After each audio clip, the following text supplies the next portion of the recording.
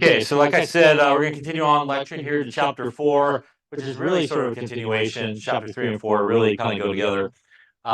So in chapter 3, which we just finished, we talked about drawing Lewis structures, we talked about bonding, we talked about exceptions to the octet rule. We're now going to focus in on this chapter, sort of a continuation. We're going to talk about geometry of the different molecules. We'll also talk about molecular polarity, which we touched a little bit upon in chapter 3. And we'll talk about some hybridization sort of models of bonding as well in this chapter. So let us get on with the geometry part of it. So when we talk about molecular geometry, it does refer to sort of the three-dimensional orientation or arrangement of the atoms in space. Use with geometry the three-dimensional arrangement of atoms within a molecule. Although we cannot predict geometry based just solely on the Lewis structure, we can sort of predict it based on a properly drawn Lewis structure, and more importantly, really what is happening with the central atom in terms of how many electron pairs there are, what type of electron pairs might be around the central atom, and how many bonds that they have. So when we're doing geometry, especially when we're doing geometry where there is a central atom, which is what happens when there's 3 or more atoms present, it is always the central atom, the guy in the middle, that's really the most important. We'll talk about it in just a second, but obviously when we're dealing with diatomic molecules, there's only 2 atoms. There is really no central atom. But when we get into 3 or more, it's always really the one in the middle that is the most important. And really knowing those 2 things, as we'll talk about, the number of electron pairs and the number of bonds that are present, really will allow you to predict the geometry of that particular molecule just based on really that information. The basis of this approach is the idea that obviously bonding involves electrons. Electrons are negatively charged, which means even though electrons are going to be near each other, they really don't want to be near each other because they are negatively charged, right? So they have the same sort of charge.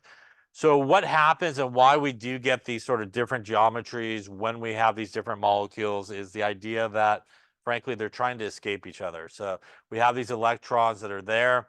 They're trying to escape each other, get away from each other as far as possible.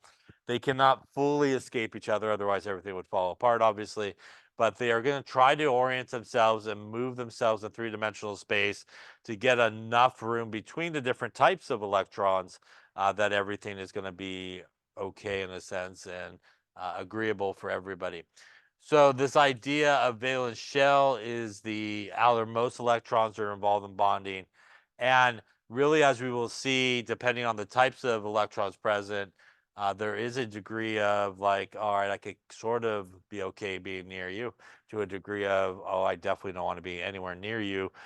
There's 2 types of electrons. So as those electrons move, if they happen to be bonded to an atom, the atoms are going to move, and that's going to change the overall sort of geometry of the molecule as everybody tries to sort of get away from each other. The basis of this is what is referred to as VSEPR, and that's valence shell electron pair repulsion model. That is a mouthful. And it accounts for the geometrical arrangements that we do see in molecules. It is really broken up into 2 sort of categories of molecules that you come across. And remember that geometry does involve the central atom when we have it 3 or more. And that is central atoms that do not have lone pairs. So that means pretty much if you draw your Lewis structure, you're going to have no dots, right, on the central atom. And they will have some geometries, obviously, that do have lone pairs on the central atom. So again, if you were to draw your Lewis structure, you would have dots in those situations. Now, again, depending on whether or not there are dots or no dots, will give us some different types of geometry that's going to happen. Now, when we talk about geometry and we're doing geometry, there's really 2 main rules that you want to follow when you're trying to assign geometry. And it does have to do with sort of, again, the central atom. If you have any double bonds or you have any triple bonds. So if you have any double bonds or triple bonds, frankly, any bonds, it doesn't matter. 1 line, 2 lines, 3 lines, all these things, single, double, triple, all count as one electron pair and one bond. They're essentially working together as one effective unit, and they count as one electron pair and one bond. Again, the best way to do geometry, as we will see and talk about, is really just that, is figure out how many electron pairs, how many bonds, and what geometries go with those sort of arrangement. Most people cannot visualize in three-dimensional space pictures in their head. So really a memorization of, 3 electron pairs, 2 bonds is this geometry, or 4 electron pairs, 4 bonds is this geometry, is really the best way to do it. The other idea there is that if you can draw a resonance structure, you basically can apply this geometry to any of the structures. And in most cases, if you draw different resonance structures, because really the only thing you're kind of doing in most cases is moving the double bond, for example, you will end up with the same geometry usually in each of the resonance structures. Now, when we talk about geometry, we are actually going to talk about 2 different types of names and 2 different types of geometry. So one is sometimes referred to as the electron pair geometry. And for the purposes of this lecture, I'm just going to abbreviate that as like EP for electron pair geometry. And that basically describes how the electrons are arranged around the central atom in three-dimensional space, how all the electrons sort of are spread out and arranged. The other type of geometry is what is known as the molecular geometry. And sometimes people refer to this as the shape. And for the purpose of this lecture, I will call this the MG, their molecular geometry. And the molecular geometry, or the overall shape, is a result of how many electron pairs there are, how many bonds, and how far things can sort of spread out and get away from each other in terms of three-dimensional space. Now, in certain cases, both of these names, the electron pair geometry name and the molecular geometry name, will be the same. And in certain cases, the electron pair geometry name and the molecular geometry name will be different names in the same situation. And we'll talk about when that happens as well. So we're going to talk about 2 different types of geometries, electron pair geometry and molecular geometry. And again, in certain situations, they will be the same name and the same sort of shape. And in other situations, they will be different. All right, so let's get into all this stuff. And we're really going to talk about the simplest type of geometry that you could do, and that is really anything that is diatomic. Any diatomic molecule basically does not have a central atom, and essentially the only way to arrange 2 atoms in a molecule is, as you can see, a straight line, right? The only way to basically arrange it is basically a straight line from each other. And the geometry in this situation will always be linear. And there really is, as you can see, really no central atom in this case. So it is a little bit different. It does not matter if it is a single bond. Doesn't matter it's a double bond. Doesn't matter it's a triple bond. Doesn't matter if it's 2 of different elements. It doesn't really matter. If you basically have only 2 atoms involved in a bond and in a molecule, which is a diatomic molecule, the geometry of that thing will always be linear. So again, they are the simplest. And again, it doesn't matter single bond, double bond, triple bond. And then also, again, doesn't matter if it's the same element or different elements involved. All right, so now what we're going to talk about is, again, really 3 or more atoms. And in this case, we will have a central atom. And once again, it is always the central atom that you want to look at in terms of the geometry here. So our first example is actually an exception to the octet rule, a little beryllium chloride here. And we always want to focus in on the central atom here. And the central atom, we want to look at 2 things, the number of electron pairs, and we also want to look at the number of bonds. So these are, again, really the 2 most important things to look at. When we look at the electron pairs around beryllium, that is 1 electron pair, and that is 2 electron pairs. So something with 2 electron pairs around it, the electron pair geometry name is what is known as linear. And essentially, in this case, what's going to happen is those 2 electron pairs are going to go, I don't want to be near each other. They're basically going to end up on opposite sides of a straight line. They're basically going to get as far away as possible. Now, we also want to look at the number of bonds, and in this case, that is 1 bond and 2 bonds. It also has 2 bonds.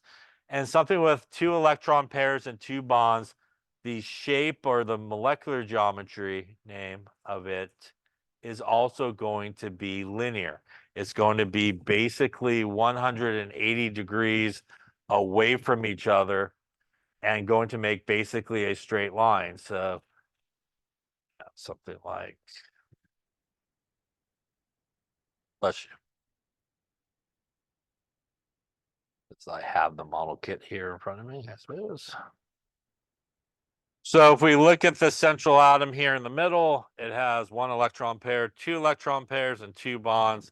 It basically will make a 180-degree bond angle, which is a straight line. Now, because those electron pairs want to escape each other, and because they're actually attached to the atoms go along for the ride, basically, right? So as they try to move away from each other, the atoms basically move in the same sort of direction because these are both bonding electron pairs that we have, and they will end up as far away from each other as possible in this situation, which is that straight line and 180 degrees away from each other.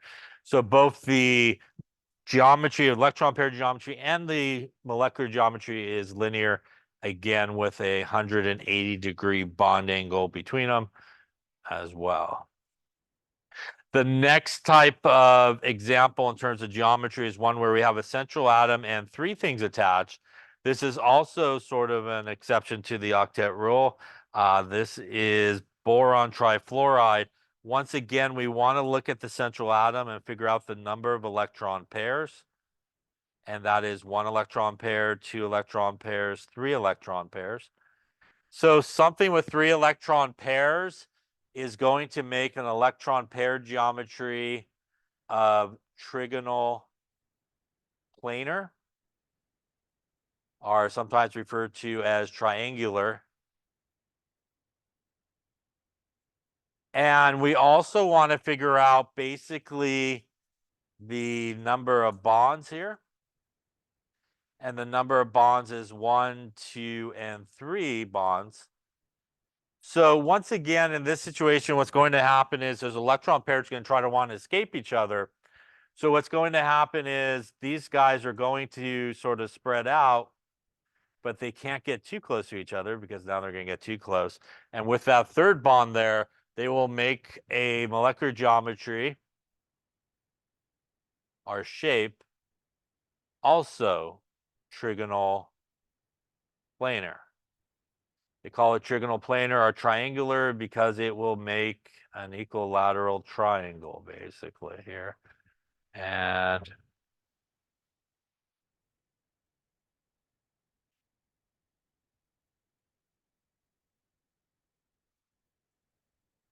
it will have a bond angle of 120 degrees.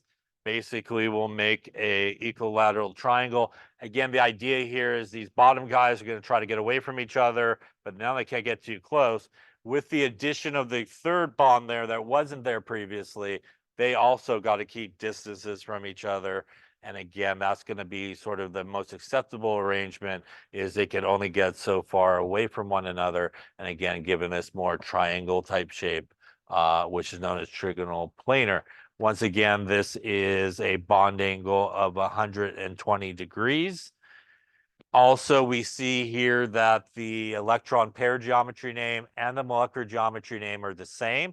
And that again is because it is all bonding electrons, which means as those bonding electrons move, because they're attached to the atom moves the exact same way. Everybody ends up in the same orientation. And that's why, again, we have basically the same name for each of those things. Questions on that there? The next sort of example is one where we have basically a central atom, 4 things attached, and this is methane. And methane, if we look at the number of electron pairs, and once again, we want to look at the central atom, it has 1 electron pair, 2 electron pairs, 3 electron pairs, and 4 electron pairs. So something with 4 electron pairs, the electron pair geometry name is what is known as tetrahedral. Most people don't call it a tetrahedron anymore, but tetrahedral is what it is. And in this particular case, when we look at the number of bonds, it also has 1, 2, 3, and 4 bonds. So something with 4 electron pairs and 4 bonds. Now we have one more sort of atom that's in the way and electron pairs. So once again, they're going to try to escape each other, but they got to keep some distances between them all. And we will end up with a molecular geometry or shape known as tetrahedral as well. And it will end up with a bond angle of 109.5, which is your tetrahedral bond angle. And in terms of sort of what that looks like, this is the tetrahedral sort of geometry of it. Once again, with that 4th bond and atom there, everybody's got to kind of keep their distance from each other. And again, they sort of come out with this 109.5 sort of bond angle that happens. And again, that keeps the distance between them and tries to keep them not as too close to each other that they're going to be unhappy in that arrangement. Once again, we see that the electron pair geometry and the molecular geometry are the same names. And again, that's because all the electrons here are bonding electrons, which means they have an atom connected to them. So again, as they move, the atoms will move the same, and the overall shape of the molecule will again remain basically the same. Questions on that there?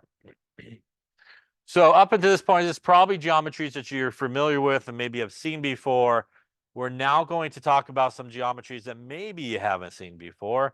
And the next one is a central atom actually with 5 things attached. And this is going to be an expanded octet geometry. So this is an expanded octet. If we look at the central atom here, it has 1 electron pair, 2 electron pairs, 3, 4, and 5 electron pairs. Something with 5 electron pairs, electron pair geometry is what is known as triangular bipyramidal.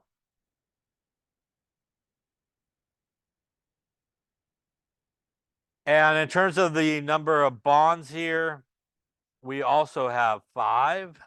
So that is 1, 2, 3, 4, and 5 bonds. Something with 5 electron pairs and 5 bonds, the molecular geometry or the shape of it is also going to be triangular bipyramidal. And again, in this case, we have an expanded octet. There are 10 electrons around the central atom, definitely more than 8. And obviously here, phosphorus, you look on the periodic table, right next to sulfur, it has those d orbitals available to do this. So it's not a problem or a situation that occurs. We actually end up with 2 bond angles here. We end up with 120 and 90 degrees. And the 120 is right here through the center, makes sort of like that equilateral triangle. And then we also have obviously our right angle sort of happening here as well. So maybe one of these here. So this is the trigonal bipyramidal geometry. Again, you can see sort of the 120 in the middle, which makes sort of a triangle happening here. And then you have your right angle that's basically happening right there. So that is our 5 electron pairs attached to it and our 2 sort of bond angles that happen there. Obviously, again, an expanded octet. Once again, in this particular example, all the electrons are bonding electrons, which means, again, same idea. As the electrons move, so do the bonded atoms, and we end up with the same name for both the electron pair geometry and the molecular geometry that is happening here. The next example is also an expanded octet and something like SF6, as we saw previously. in class, I think. And if we look at this here around the central atom, 1 electron pair, 2, 3, 4, 5, and 6 electron pairs. Something with 6 electron pairs, the electron pair geometry name is octahedral. We also have, in terms of the number of bonds, would also be 6 in this case. 1, 2, 3, 4, 5, and 6.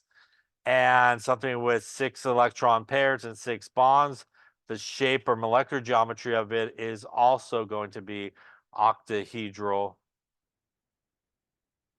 It has a bond angle of,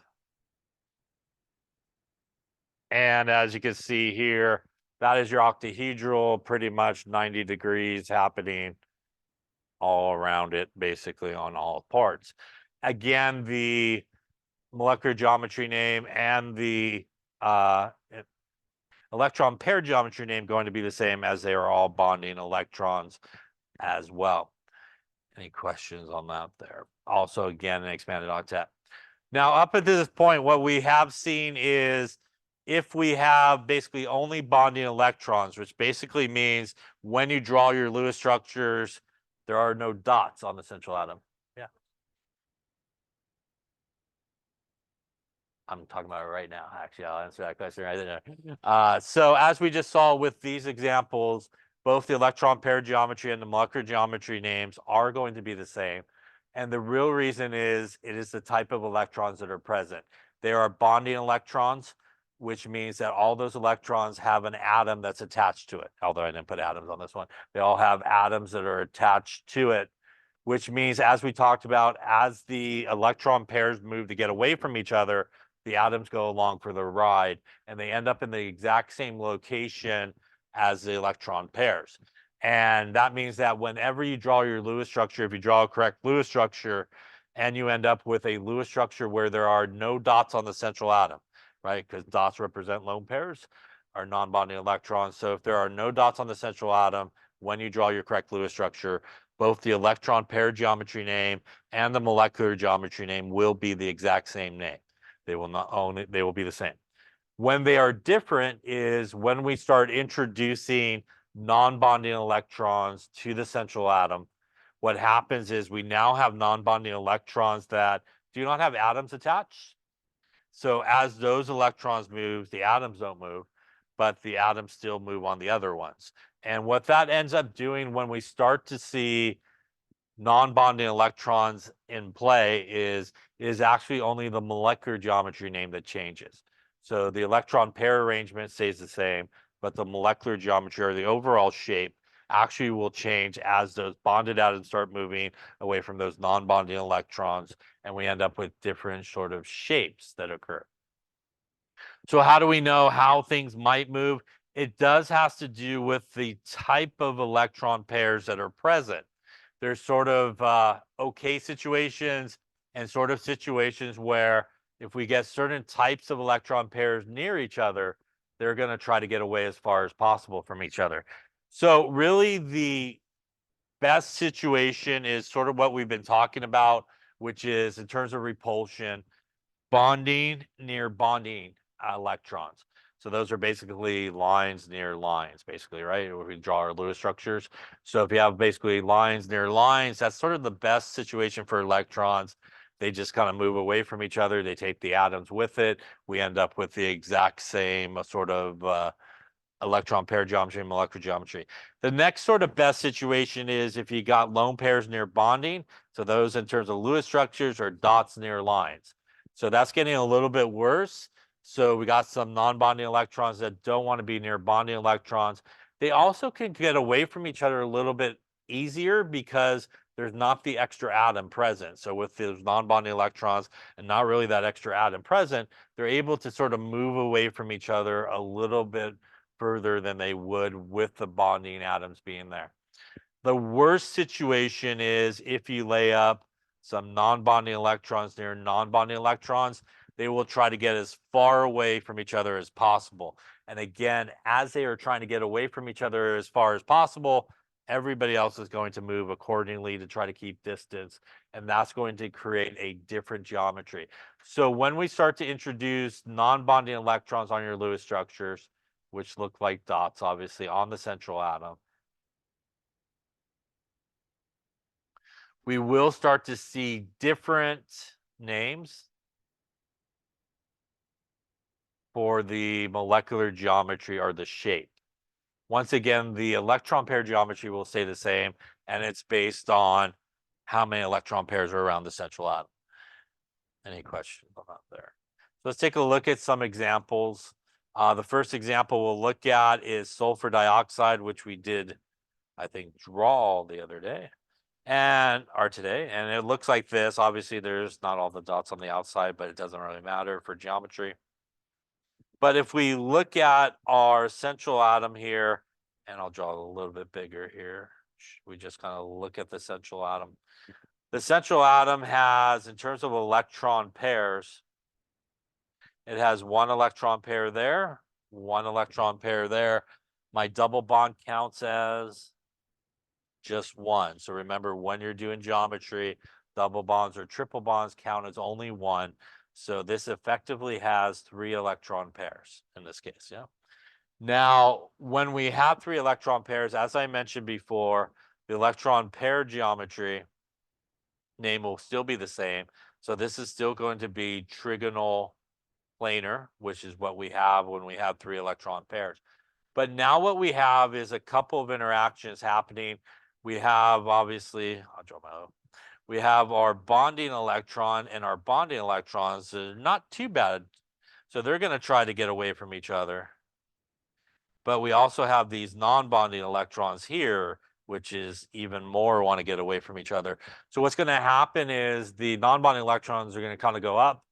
The bonding electrons are going to kind of fold down to try to get away from those non-bonding electrons, because that's a greater repulsion. But they're not going to be able to obviously get too close to each other, right? Because they can't get right on top of each other either. So they got to keep a distance. And what ends up happening in terms of the molecular geometry because of that is we end up with a shape that's referred to as, I'll write it there. I'm going to call it angular, and we're going to use angular in this class for this arrangement of 3 electron pairs and 2 bonds. And by the way, the number of bonds here, we should count that first, I suppose. Number of bonds is only 1 for the double bond and 2. So this has 3 electron pairs and 2 bonds. Is going to be angular. Some people do call it bent. Some people do call it bent angular.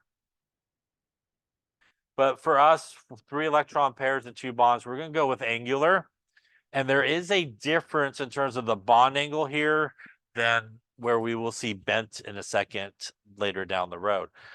The bond angle here is still based off of the electron pair geometry, which, if you remember, it was 120 degrees, but it's going to be a little less than 120 degrees, again, because they are able to sort of move away from each other. So we'll get a little less than 180 degrees, 120 degrees in terms of the bond angle in this particular case.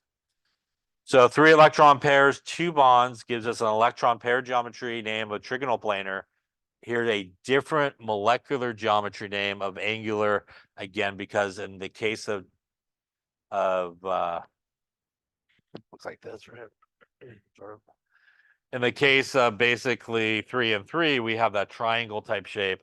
Again, without it, we basically roll down to something like this, where these guys can kind of get away from each other, and we have the non-bonding electrons sort of coming out up on top.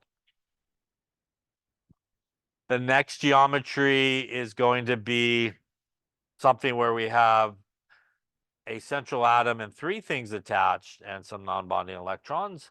So here we have, when we look at the central atom, which is our nitrogen, the number of electron pairs is going to be 1 electron pair. And when you're counting electron pairs, it doesn't matter if they're dots or lines. You just want the total number of electron pairs present. 2, 3, and 4 electron pairs. So with 4 electron pairs, we've seen it previously, the electron pair geometry going to be tetrahedral. In this case, though, in terms of bonds, we have 1 bond there, 2 bonds, and 3 bonds only. So we have 3 bonds. So once again here we have bonding near bonding electrons. We also have non-bonding near bonding electrons, which is kind of worse. And once again, what's going to happen is because of that really big repulsion, those guys are going to try to get away from each other. But with this third bond on the bottom, it prevents these guys from getting too close to each other. They still have to keep sort of a distance. And we end up with a molecular geometry or shape known as trigonal pyramid, because it makes like a triangle, but it also makes this pyramidal shape sort of happening here as we look at it here. Bond angle is going to be less than the tetrahedral bond angle of 109.5. And as you can see in this particular example, the bond angle is 107.3, particularly here with NH3. Again, because there's not that fourth bond, so everybody has a little bit more room to kind of get away from each other. Yeah.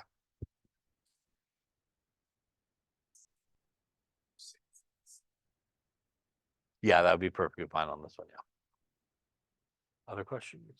All right, so 4 electron pairs, 3 bonds, electron pair geometry tetrahedral for the 4 electron pairs, and our molecular geometry or shape going to be trigonal pyramid.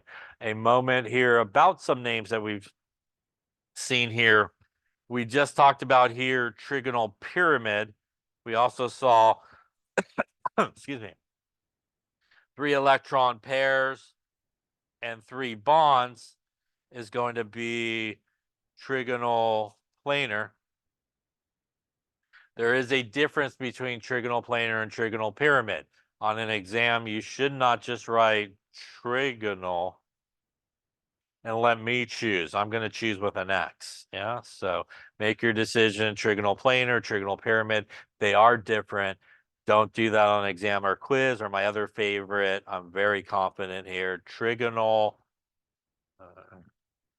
That's planar. Yeah, that's clearly what that says. Or pyramid. That's clearly what the squiggle means at the end there. So they are different. They have different, obviously, geometries. They have different bond angles. So just don't write trigonal. You got to write either trigonal planar, or trigonal pyramid. Don't leave the second part out. Any questions on that there? Now, another geometry that you might be familiar with is what happens with our friend water here. And with water, we look at the central atom, which is the oxygen, and the number of electron pairs: 1 electron pair, 2 electron pairs, 3 electron pairs, and 4 electron pairs. So as we saw before, electron pair geometry with 4 is going to be tetrahedral. Now, in terms of the bonds in this case,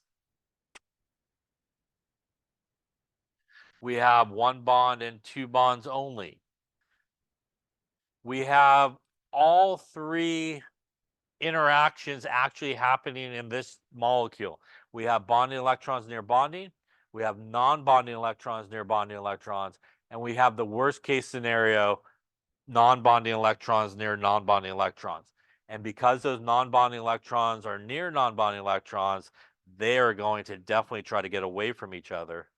And also, these guys are going to try to keep a distance, and obviously these guys got to keep a distance from each other. So as those non-bonding electrons go this way, the bonding guys got to go down to kind of get some distance between them. And we end up with a molecular geometry or shape that is known as bent or V-shaped. Hence why we are going to use angular for the previous one, so there's no confusion. So 4 electron pairs and 2 bonds, we're going to go with bent or V-shaped. And that's basically what happens here.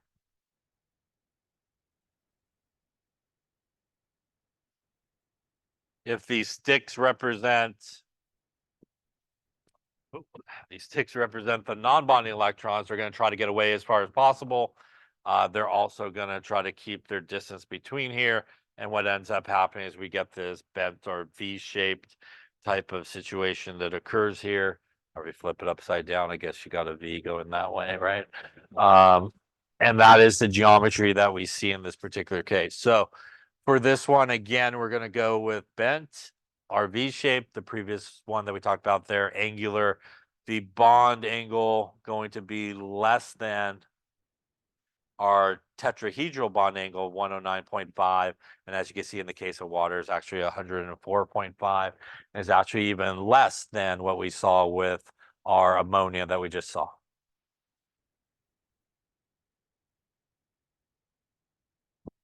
I can, in terms of the models, it's probably not going to work very well, but let me see what I could do here. Maybe we can. Let's do this then. Let's do uh, do this. We'll go that way, I think.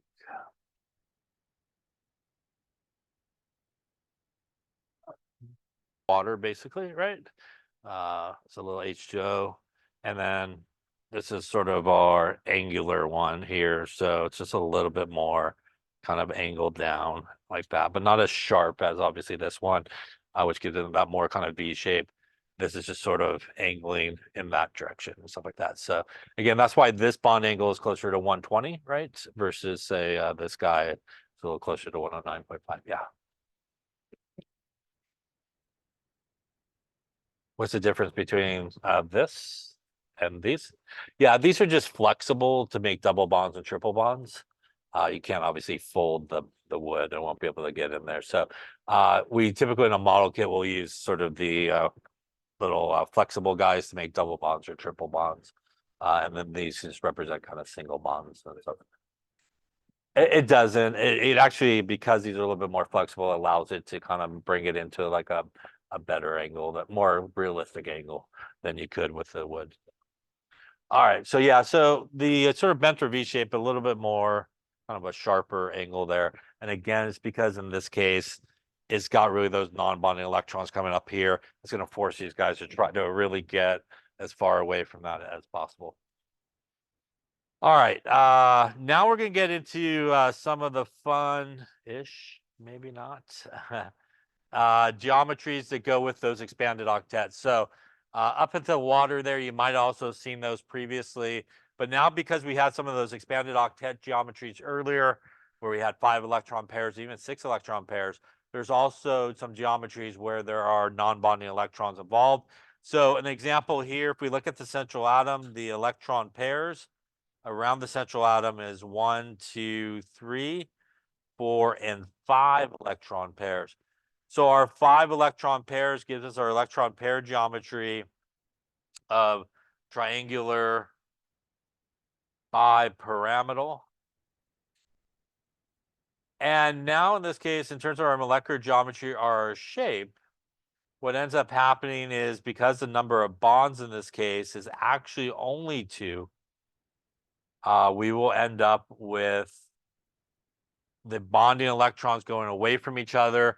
And really our non-bonding electrons, maybe better seen here, will also try to get away from each other and make that triangle type of geometry in the center. And that allows our bonding guys to really go on opposite sides. And we will end up with what is known as linear in terms of this case. And the bond angle here is 180 degrees, as it will be able to get straight across from each other.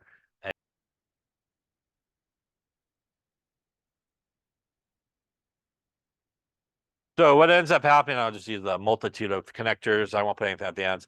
But what we can see is this is sort of our non-bonding electrons. Actually, I'll use these guys for non-bonding electrons. So our non-bonding electrons makes this sort of triangle, and that's sort of through the middle there. Our bonding guys here will end up basically opposites of each other, and we'll be able to sort of get away from each other and end up basically linear apart from each other. So these non-bonding electrons will spread out as far as they can from each other, which is basically like that triangle type of shape, allowing our bonding guys to kind of keep an equal sort of distance away from each of those, and they'll end up basically 180 degrees apart from each other and end up as linear in this case. Any questions on that there? The next sort of expanded octet where we do see some differences in terms of names, and we got some non-bonding electrons happening, is a central atom here where our electron pairs are going to be once again 1, 2, 3, 4, and 5. And 5 electron pairs is still going to be, for electron pair geometry here, our triangular bipyramidal. And now in this case, we do have that extra bonded pair that's there. So that's going to keep these guys kind of from each other. But again, allow our sort of non-bonding electrons, because we have our number of bonds being 3 in this case, 1 bond, 2 bonds, and 3 bonds. That's going to allow those guys to get away from each other. And we're going to end up with a molecular geometry, our shape, of what is referred to as T-shapes. And we actually end up with some positioning. Equatorial positioning is sort of what we have. So like, let me throw an extra guy on here. So we end up with this sort of T shape that's happening here. Kind of flip it this way, makes a T, yeah, in that case. And we end up with our axial positions of our bonded guy here, which is sort of above and below the plane, basically, of the middle. And in the plane of the middle, these are what are referred to as equatorial, like the equator, right? In the middle, basically. So these are equatorial positions. And again, I could swap that out for more solid, and I'll make that T-shaped here. So 5 electron pairs, 3 bonds gives us T-shaped in terms of its geometry. And as you could also see, it brings back sort of our 90-degree-ish happening, right, in terms of our bond angle in this particular case. Next example here with 5 electron pairs, and whoops, come back. If we look here in terms of our central atom, electron pairs are going to be 5. 1, 2, 3, 4, and 5. That again is going to still give us our electron pair geometry, a triangular bipyramidal. In this case, the number of bonds is going to be 4. 2, 3, and 4 bonds. So here we're going to get, again, our bonding guys kind of separating out from each other. We also have our non-bonding electrons, which are going to allow these guys to do that. And it's going to end up with a molecular geometry or shape known as seesaw. Some people also will call this a distorted tetrahedral, is sometimes referred to in old books. If you find an old book somewhere, distorted tetrahedral, it's the same thing here. So let me add my other guy here. And actually, I'm going to go wood on that one as well.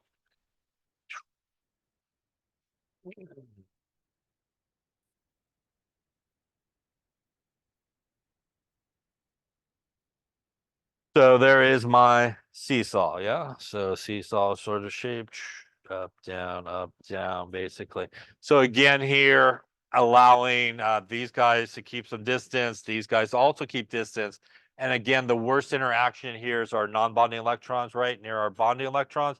So it gives it a pretty good spacing between them as I break the molecule in half there.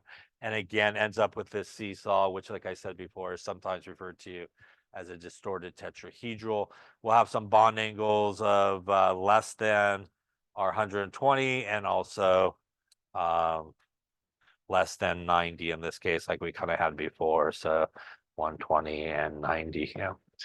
And we will still have some 90 actually happening here, but less than 120 on the other end. Now we're going to look at our expanded octet with 6 things attached.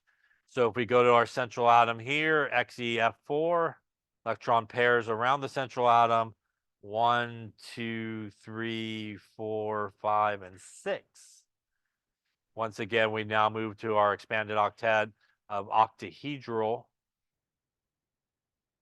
with our expanded octet. In this case, though, the number of bonds are only going to be 4. 1, 2, 3, and 4. And that's going to again allow basically our non-bonding electrons to push away from each other, and again keep those bonding electrons also as far as possible from each other. And we're going to actually end up with a shape that's known as square planar, which basically it will make a square within these shapes. So if we look at this, I'll just grab anything to put on here for now. So we'll do this. Come here. Here.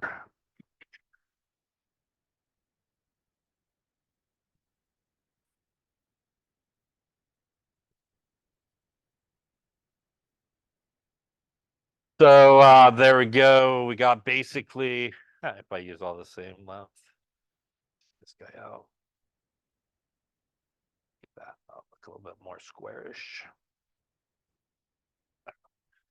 So you can see it makes basically a square within the central plane of the molecule, basically all the way around.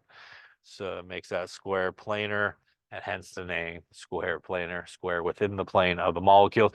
Also allows our non-bonding electrons basically to go opposite of each other, right? 180 degrees away from each other. In terms of the non-bonding electrons, that's pretty good distance and as far away as possible, as that's going to be your biggest electron repulsion. These guys want to get as far as possible. Remember, bonding and bonding is your weakest or best electron repulsion situation. So they could get a little closer to each other. So that's going to align these guys up within that plane. So obviously here, our last geometry, thank goodness, right, is our one here where we have number of electron pairs is going to be once again 1, 2, 3, 4, 5, and 6 electron pairs. So our electron pairs is going to be octahedral. In this case, we actually have, in terms of bonds, we have 5. 1, 2, 3, 4, and 5 bonds. So here again, we're going to have our non-bonding electron trying to get away. All these bonding guys can get a little bit closer to each other because it's not as big as a repulsion. And we will end up in a molecular geometry or shape known as you can see there, square pyramid or square pyramidal. And I guess I could do that on this guy here. I like our guy standing on his head, right? So it will make this sort of square, and if you kind of come down, kind of like a pyramidal type of deal happening. If you come from the top guy down, sort of making a pyramid with a square bottom there on the bottom, hence the square pyramid. Again, this is going to allow our non-bonding electrons to get as far away as possible, still allowing our bonding, which is okay-ish in terms of interaction, to be nearer each other. Basically, all the bonding guys are going to come to this side of the molecule. Non-bonding guys are going to come to the opposite side. And again, going to give that square pyramid type of geometry that's happening. Question on that there. All right. So like I said, without the advantage of the model kit, and most people in their head, frankly, can't remember three-dimensional space and all that good stuff. I can't either. Best way to do this, unfortunately, is to make a table. I have a table probably up online. If not, I'll put it up there. And basically number of electron pairs, number of bonds, and what geometries go with it. You are responsible for the electron pair geometry and the molecular geometry, and you probably should know the bond angles as well. Here's a table similar to one in your book that kind of goes through the different geometries that we talked about. And again, the different bond angles there, again, are bent or angular, a little less than 120, are tetrahedral guys. And a lot of these might be familiar to you, but some of these expanded octets will probably be new to you. And again, some of them there, as we can see there with our trigonal bipyramidal and our seesaw, are again our distorted tetrahedral, less than 120, less than 90. We got a little T shape, a little less than 90 degrees, and our 180. And our last two there, I might not mention it, our square planar of 90, obviously it makes a square, so right angle right in each of the corners of the square. And then also a little less than 90 degrees there on the last one here, the square pyramidal. Any questions on geometries? So this is a really good table. And I think I have one up there online as well. And if not, I'll put it up there to know it. Any questions on that there?